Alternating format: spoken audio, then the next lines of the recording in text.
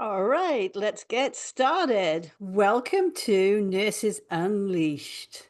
This is where you're going to learn how to reclaim your voice, how to be heard, set boundaries, and get the respect you deserve. This is for you if you're a nurse who is tired of busting your ass and you still feel invisible. So, who am I? Well, I'm Sarah Bell. I am an RN with an MBA, and I'm an International Coaches Federation professionally certified coach. Here on the screen, you see my family. This is me on Cinco de Mayo, of course. You might recognize the little hat. This is my son, Jacob. He has just graduated to high school, and we're taking him off to college next week. And this is my husband, Gary, who just loves to dance. And here is the boss of the entire house, my Chewini, Charlie. So let's start with an agreement for the workshop. This is a safe, supportive space. There's no right answers, there's no wrong answers. And I invite you to participate at your own comfort level and make sure you take good care of yourself throughout the program. So let's set our intention because our intention creates our reality. So I'd love for you to set the intention for this program today of being open-minded, being willing to experiment and experience some new things.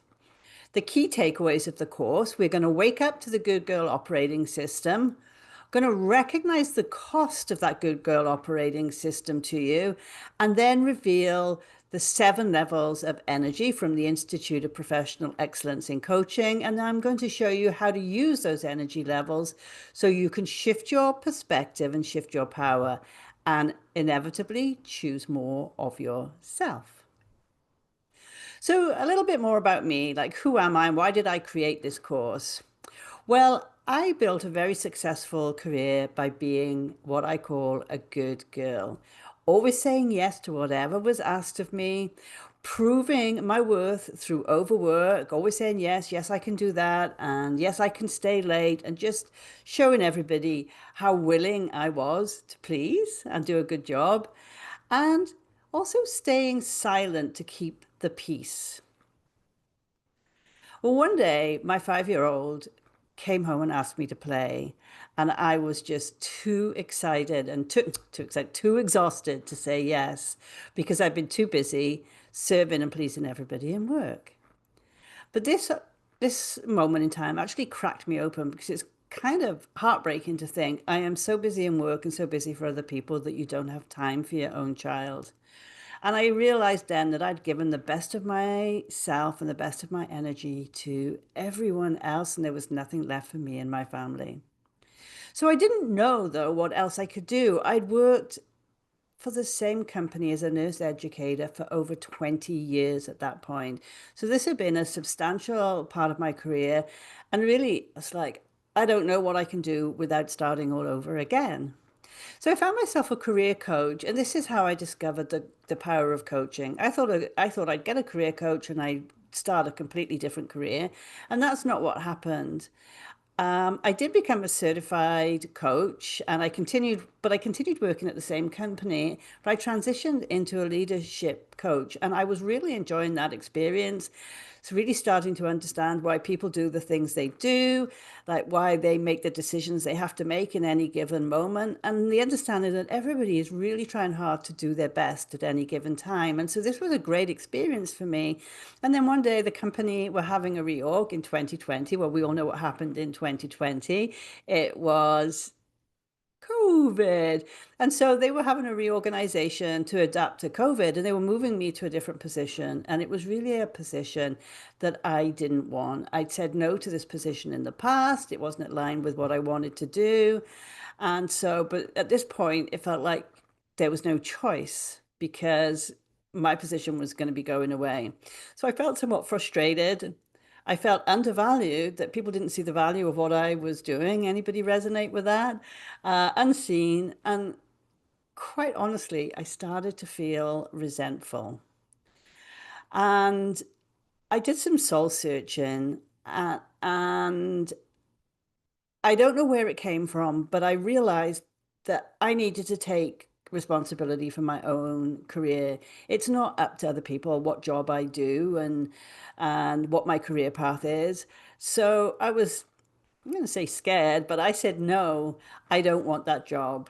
And saying no and saying or what was best for me felt absolutely amazing. And that moment set me on a path to reclaiming my voice in all areas of my life. And now I'm helping other nurses do the same. But it starts with waking up to this good girl operating system. And so that's what we're going to be talking about today. So let's do that now. Wake up to the good girl operating system.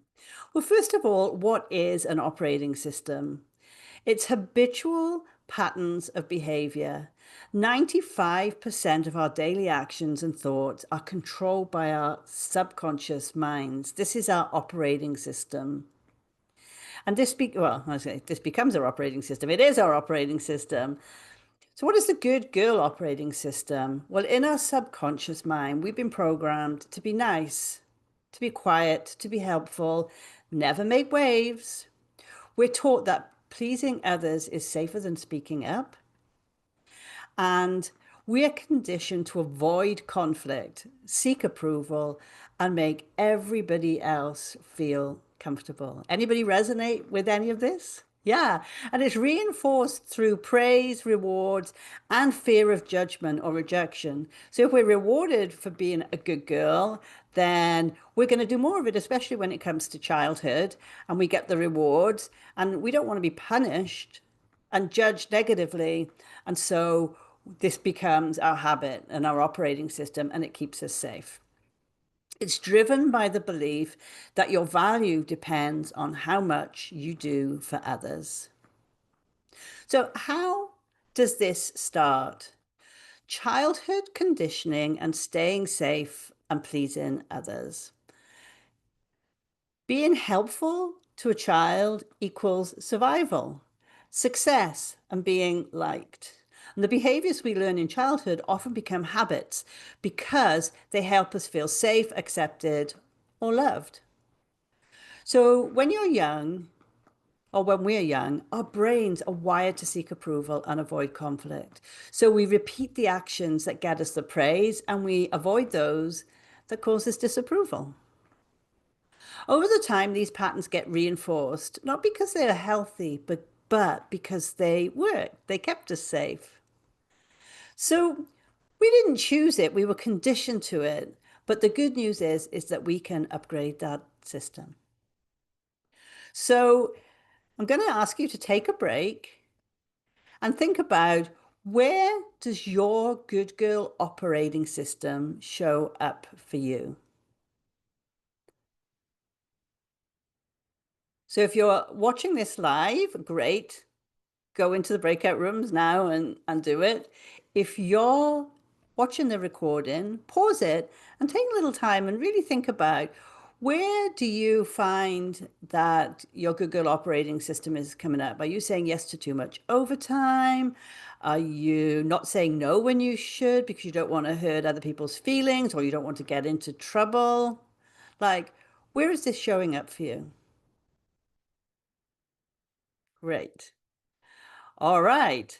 So now you know what the good girl operating system is. Let's take a look at what it's costing you.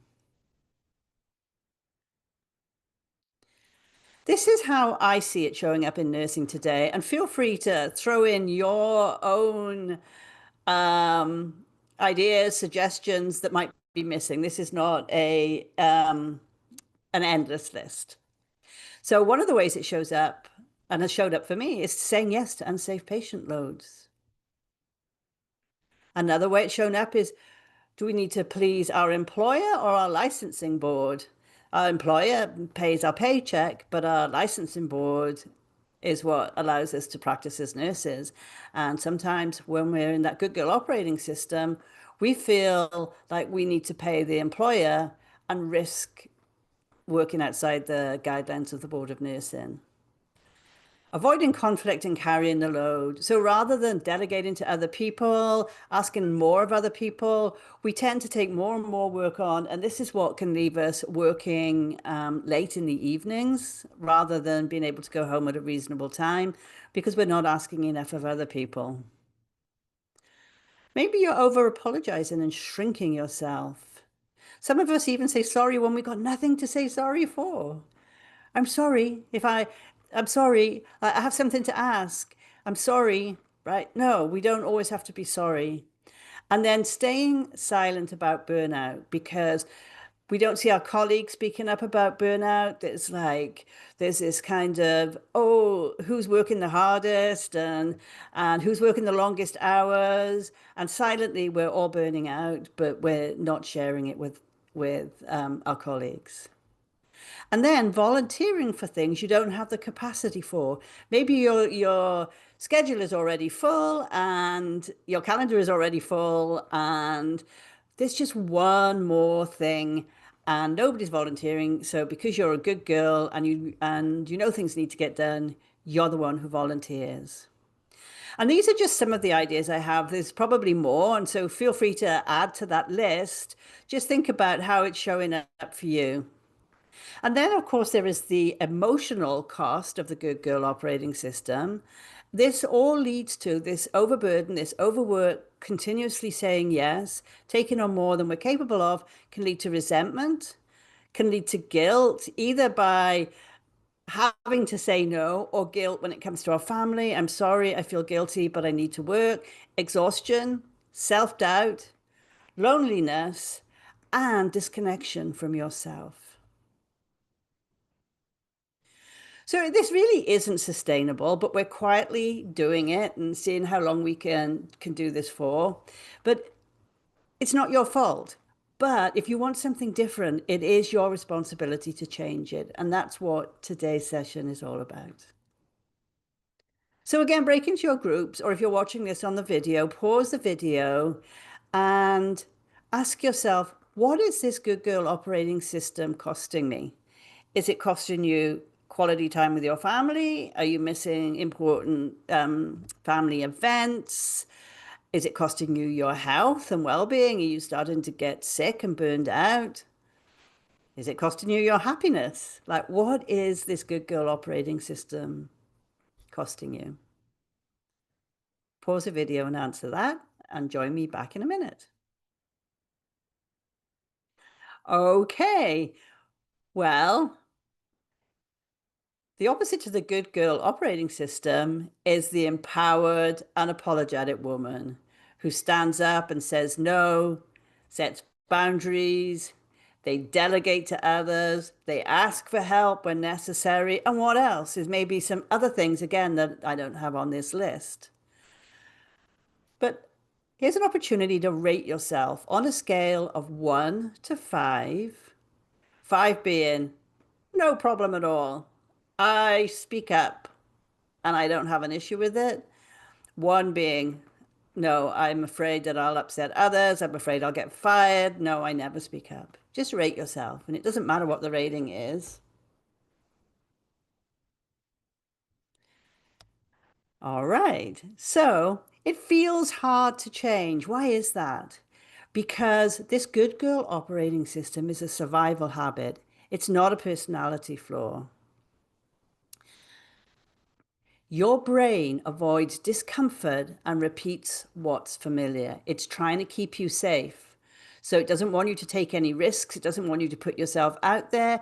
Just stay where you are, stay comfortable, and that's good with your brain because it's doing its job, it's keeping you safe. It saves mental energy as well to keep doing the same thing. For us to do something different requires us to activate our prefrontal cortex. It requires us to learn, and that requires energy on our brain. And that's one of the reasons why it's so important that we have these habits in our subconscious and that 95% of the time we don't have to think too hard. However, when it comes to changing our operating system, it's going to require some of that mental energy. And of course, you've been rewarded for this for your entire life. So why would you change something that's getting you accolades of recognition, being told how helpful you are, what a great nurse you are? Why would you want to change that if it's worked for you your whole life? Think about this though. Over time, it really does become your autopilot. How many times have you driven to work and you've not really remembered the trip?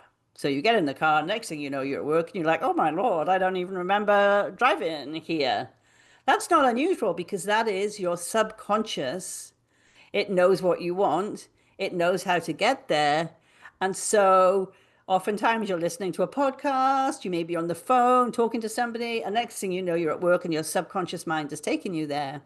That's the same thing that happens with a Good Girl operating system. It knows how you behave, it knows how you respond to different situations, and it keeps taking you there. And when you try to do something different, it feels scary, right? It feels risky to stop because we call it our comfort zone, but really it's our safety zone. It's our brain trying to keep us safe. So if we step out of line and do something different, we start to feel a little anxious and a little nervous about that. So growth equals discomfort. If you really want to make a change, if you really want to let go of this good girl operating system, this people pleasing, saying yes to everybody else and putting yourself on the back burner, it's going to be uncomfortable because your mind is going to want to keep you in that safety zone.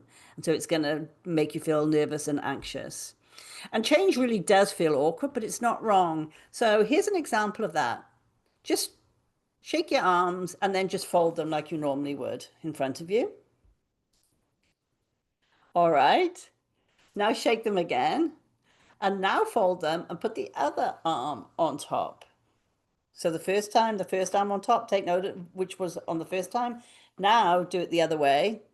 There's nothing wrong with that, but I wonder if that just felt a little bit awkward, the way you normally do it, and the other way. It just feels a little bit awkward, right? Well, that's what change is. There's nothing wrong with it. It just feels awkward. And it's going to require you to stretch your comfort zone. This is the way that we create new paths. I'm not a proponent of saying, "Woo, jump out of your comfort zone or jump out of the box." I'm like, maybe stretch it a little and try new things and expand your comfort zone or your safety zone. So, what is one small change that you would like to make that could stretch your safety zone? Maybe just saying no to working so many hours. Maybe it's something at home. It doesn't always have to be related to work. Maybe, yeah, saying no to overtime, saying no to an employee request, whatever it is to you. What would be a little bit of a stretch? Asking for something that you have, that you need, that you haven't asked for? Delegating something to somebody? What could stretch your comfort zone a little bit? Now, keep that in mind as we go forward. So now you know what your good girl operating system is, and you know what it's costing you and why it's so hard to change. Now I'm going to introduce you to the 7 levels of energy, and this is your pathway to change. So introducing them, the 7 levels of energy, this is like giving your energy a language. So you need to be ready for something different. If you're not and you don't want to change, that's fine. But if you do want to change, then you're going to have to do something different. If you're craving more space in your life, more voice, and more of you in your life, this is where it's going to start. No more waiting for permission. It's time to make yourself a priority unapologetically. Here's a testimonial from a manager that I worked with. Before working with Sarah, I didn't realize how much energy I was leaking just trying to keep everyone else happy. Through coaching and taking the Energy Leadership Index assessment, I stopped avoiding difficult conversations and started leading them with confidence. Now I speak up, I set boundaries without guilt, and show up as the leader I always was. Just one more present, more peaceful, and more powerful. And that was a nurse manager. So I'd like you to take this quote into mind from Wayne Dyer as we move on. If you change the way you look at things, the things you look at change. And that really is the crux of where we're going now. Before I start, I want to just share two energy levels with you, catabolic and anabolic. Catabolic energy, and we create both of these energies ourselves. And catabolic energy is the destructive energy, doesn't really help us, and it can damage relationships and can keep us stuck. And it's when we're worrying or we're frustrated or we're blaming other people for our problems. And anabolic energy is more constructive. It's expansive. It fuels us. It's where our creativity comes from. And it's where our authenticity and our ability to speak up comes from. So here they are, the seven levels of energy, anabolic and catabolic. So level one is victimhood, and that is 100% catabolic. Number two is anger, and that's 80% catabolic, 20% anabolic. And then as we move up through the numbers, level three, coping, 60% anabolic. So now we're really being able to move forward and create the results we want, speak up and ask for what we need, build relationships. Level four, compassion, 70% anabolic, concern and care for others, acceptance, 80% anabolic, joy, 90% anabolic, and then absolute passion, 100% anabolic. Now, we all go up and down through these energy levels throughout the day, depending on what is happening to us. So this is just about awareness. There's no good or bad or right or wrong about any of these energy levels. They just all are what they are. However, we can create more anabolic energy levels when we change the way we look at things. So where does this energy come from? Well, what you think about something creates a feeling, and that feeling creates either catabolic or anabolic energy, and that leads to the actions that we're going to take. So I'm quickly going to whiz through each of these to give you an idea of the thoughts, feelings, and actions from each energy level. So level one, the victim, 100% catabolic. This is where the victim is, oh, poor me, I lose, nobody told me. We feel apathetic, and our actions and results, if there are any, are pretty lethargic. And you might hear somebody at this level say, why bother saying anything? They're not going to listen anyway. And then we move on to level two, which is the level of anger and frustration. And the thoughts here are all around conflict and you lose. And we're angry, and our actions and results come from defiant. And you might hear somebody at this level say, just do what I tell you, otherwise I'm going to write you up. They're angry and they're going to force. So there's a little bit more action here. That's why it's 20% anabolic. But the main part, it's coming from anger and people are responding out of fear. Then we move up to level three, which is 60% anabolic. And this is where we start taking responsibility. Our thoughts and feelings are around being responsible. We can both win. We feel forgiveness for people, and there's a lot of cooperation. And so you might hear somebody at level three thinking, maybe I asked at the wrong time. I'm sure they'll listen to me next time. I'm sure they'll help me next time. Then we move on to level four. A lot of nurses and a lot of moms have a lot of level four energy. It's all compassion and it's all concern for other people. How can I help you? I want you to win. I want you to feel better. I want you to feel good. 70% anabolic, very compassionate and service orientated. You might hear somebody at level four say something like, oh, I can tell this is hard for you. Let me help you. We have to be careful with this one, right? Because if we help too many people, we now become a rescuer and an enabler. And before we know it, we're back down into level one and two energy. So here we are at level five, acceptance, reconciliation. We both win. These are the thoughts here. Yes, life gave me lemons. How can I make lemonade? And we feel very peaceful because we feel confident that we can work things out and we can make things successful. So we feel peace and acceptance. You might hear somebody at this level five energy say, how can we make this work? We can make this work. How can we do that? We're short-staffed. Well, how can we still have a great shift with the staff we do have? That would be a kind of a level five thing to say. Level six, synthesis, where everyone always wins. We're all in this together. We just feel joyful and we make very wise, intuitive decisions and actions at this level. And you might hear somebody here saying, like, literally, we are all in this together. We've got this. And then we move on to level seven, which is 100% anabolic. And there's no judgment here. There's just absolute passion and creation. And somebody at level seven might say, I love this team. They always work things out. This is great. So those are the seven levels of energy and how they show up. So now I've shared those seven levels of energy with you. When you think about saying no or setting boundaries or delegating or that thing that I asked you to think about earlier on, what is one small change you'd like to make? Where do you think you are? Do you feel hopeless about it and don't even know why you're bothering? Are you angry? Or do you feel compassion and joy?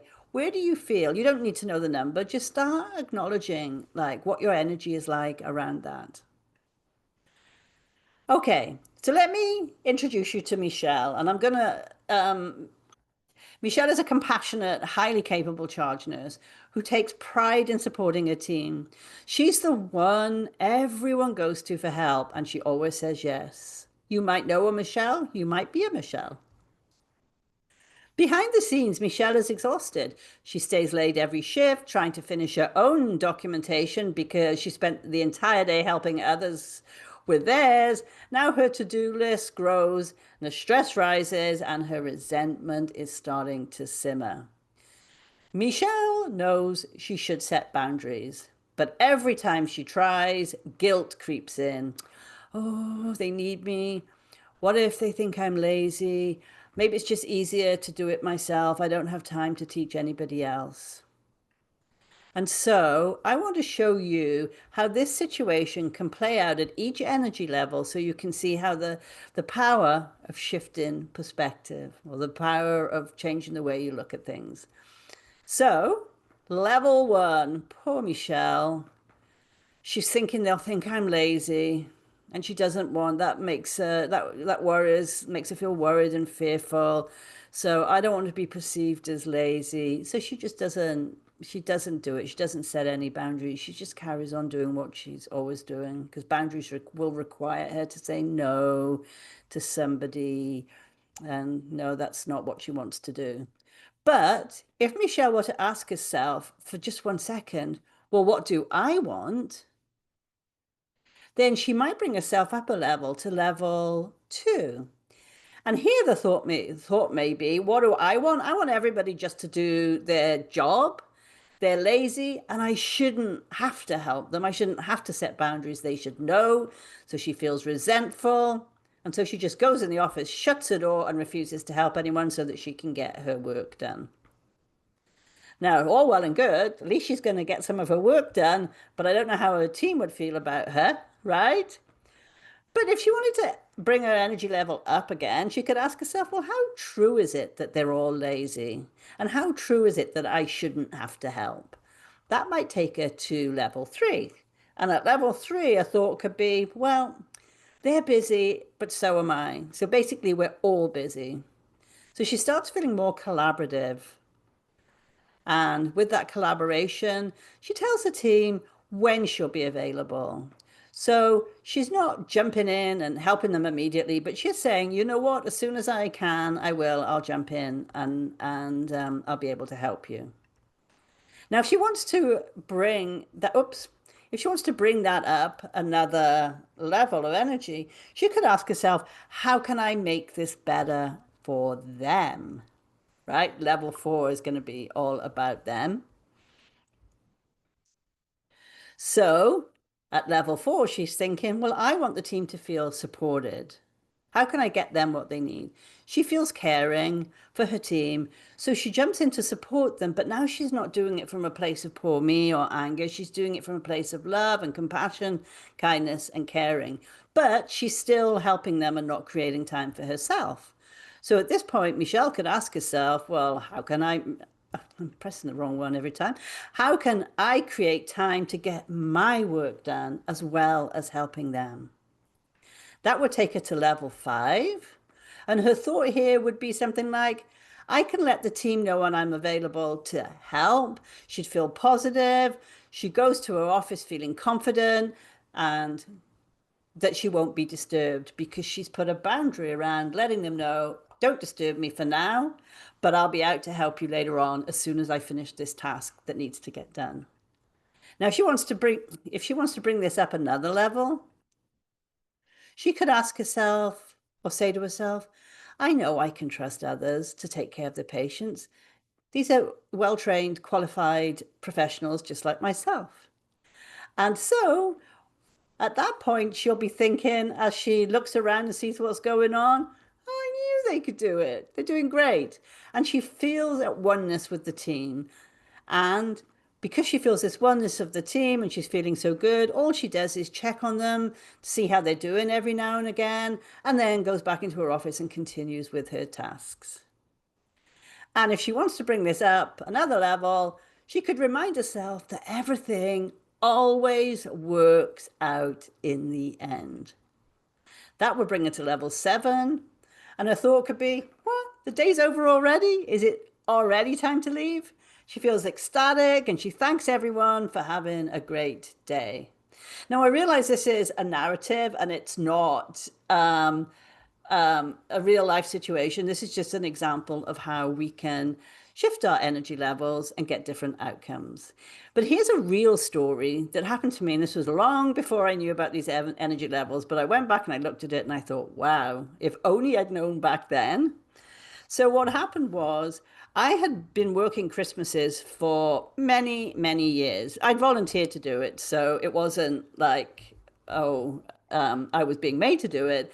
But this one year, it was the first time I was going to have Christmas off, and I was so excited because I was house sharing with some other nurses, and we planned this great Christmas day, and it was my first Christmas off for a long time, and I was super excited. And then I was told that I would have to work Christmas morning. And not only would I have to work, I'd be working on a floor that I wasn't used to working on with people that weren't my team players. So strange patients, strange colleagues on Christmas Day. I was furious, total level 2 energy. Like, who's called in? Like, who else should be doing this? This is not my job. And I was super, super angry. But the nursing officer basically told me, no, you are going to do this. And so I felt, well, this is hopeless. I don't even have a choice. So I felt I was feeling super, super sorry for myself and really down. And then I remembered all of the Christmases that I used to work. And why I used to work them was because I got great joy and pleasure out of the place that I worked, the hospital that I worked in. I knew it was going to be fun, and I knew how to create the best possible atmosphere and environment for the patients and for my colleagues. So I decided that if I'm going to work, I just as well go in with the attitude of making it a great day, not just for me, but for everybody else as well.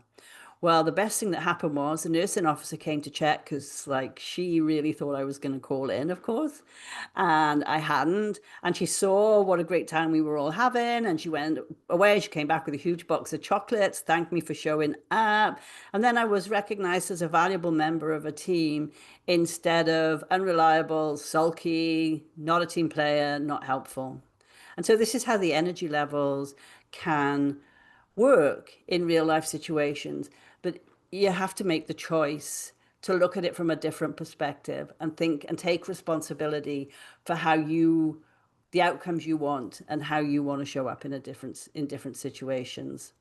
So here's an opportunity for you again to take a pause. Where do you see yourself in each of these energy levels? Where does your catabolic energy show up? When do you feel angry? What do you feel angry about? What do you feel hopeless about? And where does your anabolic energy show up? Who do you have compassion for? When does your compassion show up? When does your, like, life give me lemons, let's make lemonade? Where does your creativity show up? And when do you get in the flow or the zone? When does time fly by and you were so absorbed in what you were doing that you didn't even realize how long you'd spent there. Like Michelle at the end of, is this day over already? Because she was having such a great experience. So I'll give you a couple of seconds to reflect on that. And if you're at home, I suggest you pause the video again so that you can take time. All right, let's go. So now you know what the Google operating system is. You know what it's costing you and why it's so hard to change. You've been introduced to the seven levels of energy. And now I'd like to show you how you can use those energies to shift your perspective and raise your resonating level, average resonating level of energy, or your ARL. Shifting your perspective, shifting your energy isn't about perfection, it's about awareness and choice. So there are three steps to shifting your energy. First is awareness, second is acceptance, and the third is conscious choice. So awareness. So think about that situation earlier on, the one thing you could do to help you stretch your comfort zone. What are you feeling around that right now? Are you feeling apprehensive? Are you feeling excited? Are you feeling anxious, hopeless? What are you feeling right now? And then ask yourself why. What is the story you're telling yourself? Are you telling yourself there's no point, nobody will listen, like I did? Or are you telling yourself, I don't know how to do it, I'll make a mistake, I'll get it wrong? Are you telling yourself, I shouldn't have to do this? This is not, somebody else needs to fix this problem, not me. Like, what story are you telling yourself?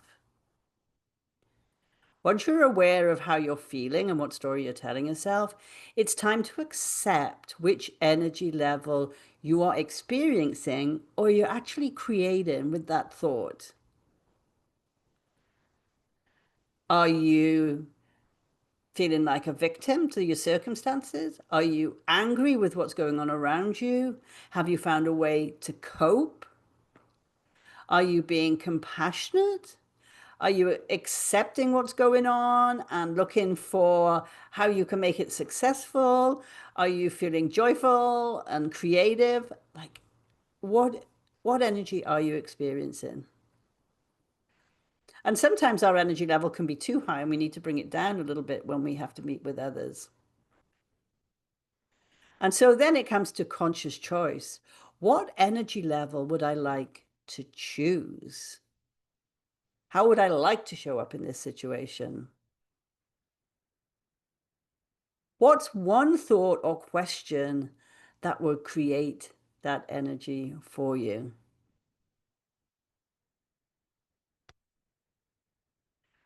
What's one thought? Look at the energy levels and think about how you could change your thought to see it. Maybe you're feeling hopeless. Maybe you need to feel angry. Maybe you need to get that oomph. A lot of us, nurses and women, don't feel comfortable with our anger. Well, anger is important. Doesn't mean you have to act out on it, but you certainly should allow yourself to feel your anger. Maybe there's some forgiveness or something that to help you cope with the situation so that you can move on and leave all this behind. Compassion, maybe you could look at it through the lens of another person and see, maybe understand why they're showing up the way they are that might be causing this energy for you. Maybe you just need to accept, well, this is what it is. Now what am I going to do? To think about the shift you want to make.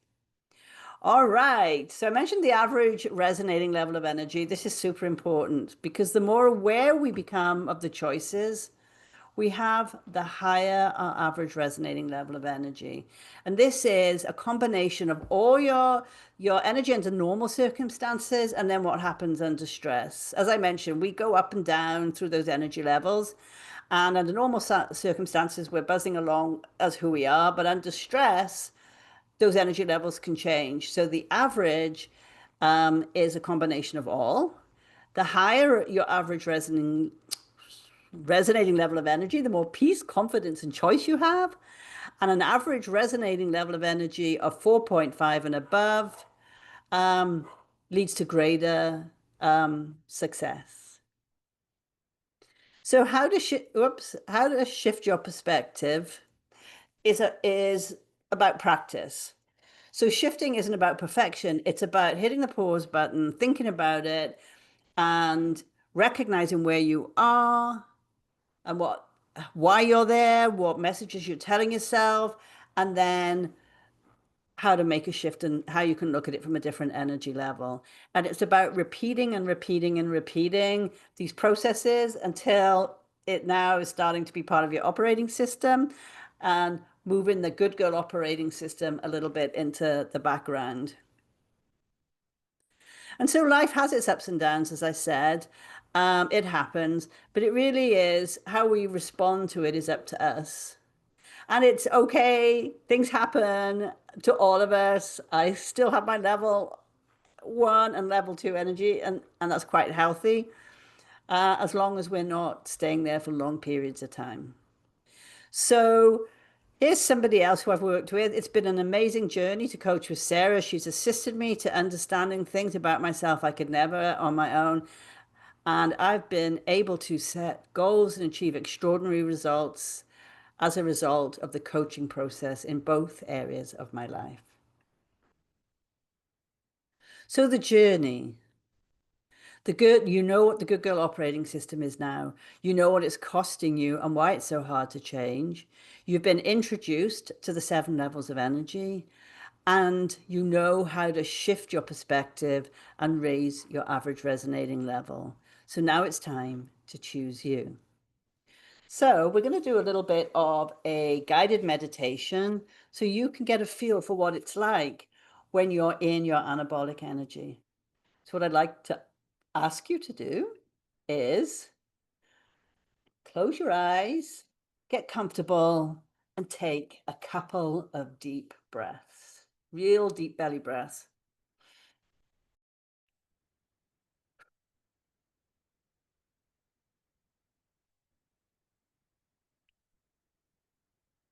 Okay, you comfortable? All right. Take another deep breath in and gently exhale. Let your shoulders drop. Let your body soften and let the noise of the day fade away. Now, imagine yourself standing tall in your scrubs, feeling grounded, calm, and clear. You are not just a nurse. You are a skilled, powerful professional, and you have a voice. And today, you are choosing to use it. Picture a moment where you once held back. Maybe you stayed silent, or maybe you said yes when you meant no, or minimized your needs. Now, gently rewrite that moment. See yourself pausing, noticing what you're feeling, naming it, and trusting it. You breathe deeply and speak clearly, kindly, and confidently. You say what's true for you, and you're heard. You watch the energy around you shift. Your shoulders relax, your jaw softens, and you are no longer holding it all in. In this moment, you are the leader of your own life. You set boundaries without guilt. You ask for what you need, and you advocate for yourself with compassion and courage. Breathe into that feeling of being seen, heard, and respected. Let that settle into your bones, because this is who you're becoming, and she is already inside you. So now, take one more breath in through your nose and out through your mouth. And when you're ready, gently open your eyes, carrying this energy with you.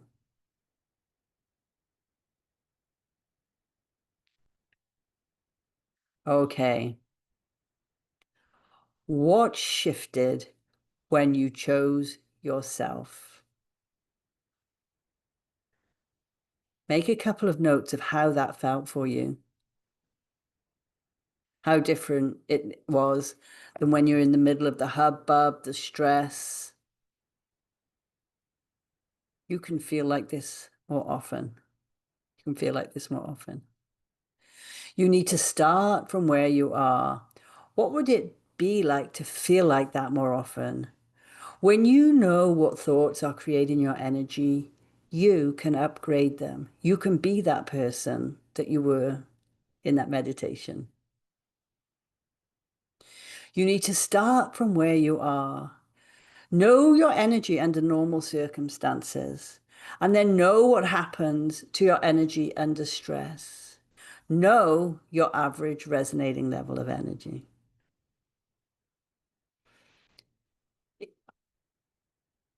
You can discover your energetic profile with the Energy Leadership Index assessment. This is a powerful tool for personal awareness and leadership growth. And you can understand your average resonating level of energy and your energy under stress. And this is a Forbes recommended assessment. And see, this is what it looks like. Under normal circumstances, the person who took this assessment, their primary energy level was level 4, care and compassion. So that's not surprising because I work with nurses. So that's not surprising. And their secondary level of energy is level 1, victimhood.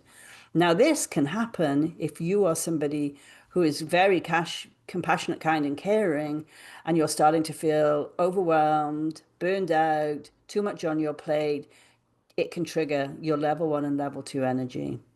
But her primary level of energy is level 4. She has a lot of level 5, opportunity, a lot of level 6, intuition and wisdom, and level 7. So this is what her energy level breakup looks like normally.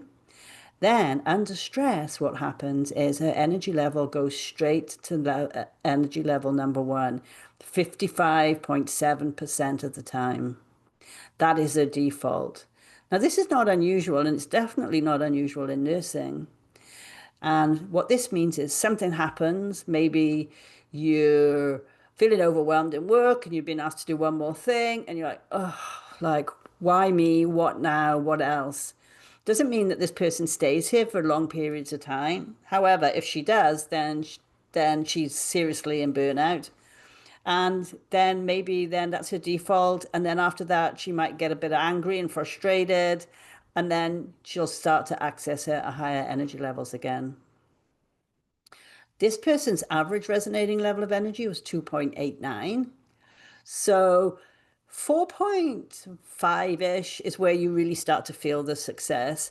This is actually above average for an average resonating level of energy. An average is roughly around about 2.4, which is kind of sad because that means the average person is hovering around down here. But with guidance and the use of the process that I just shared with you, you can start looking at, well, what would this look like at level 4, level 5, level 6? How do I need to look at it differently so that I can shift my energy levels up and become more anabolic? So this is a leader of a whole department that I was working with, and she was saying the coaching paid dividends not only for herself but also for the performance of her team and the employees. She said, I've been fortunate enough to participate in one-on-one and group coaching, and she's still using the tools on a daily basis. I love that. Okay, so here's a recap. We started off with step 1. We woke up the Good Girl operating system. So now you're aware how embedded the Good Girl operating system is, and it's going to be different for everyone. Some people might just have one or two things. Some people might be fully embedded in the way they were the programming they've received over the years. And I talked about childhood, but nursing itself actually creates another layer of Good Girl operating system on how you should be as a nurse, right? It's not just about childhood. Step number 2, recognize the cost of the Good Girl operating system, like how it can cause burnout, anxiety, stress, all of those things. And then, and less time with your family, more time at work. Step number three, looking into the seven levels of energy and what they mean. And step number four, using them to shift your perspective, to shift your power. And then step number five, choose more of yourself. Now, if you'd like to choose more of yourself, I have a special offer for you guys, especially if you got to the end of the presentation. You too can find out where your energy is leaking, just like my client, and then how to shift it for good. So what I'm offering you here is to take the assessment and do a personal debrief with me.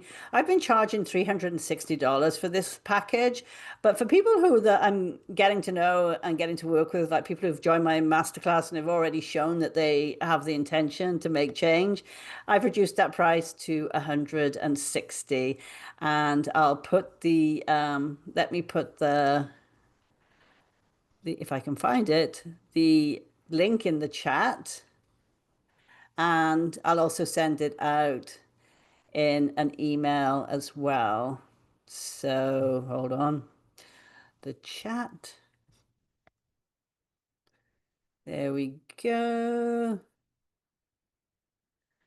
All right. And so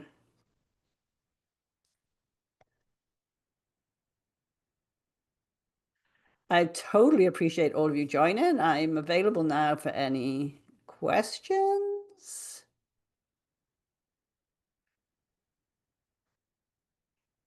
Any questions?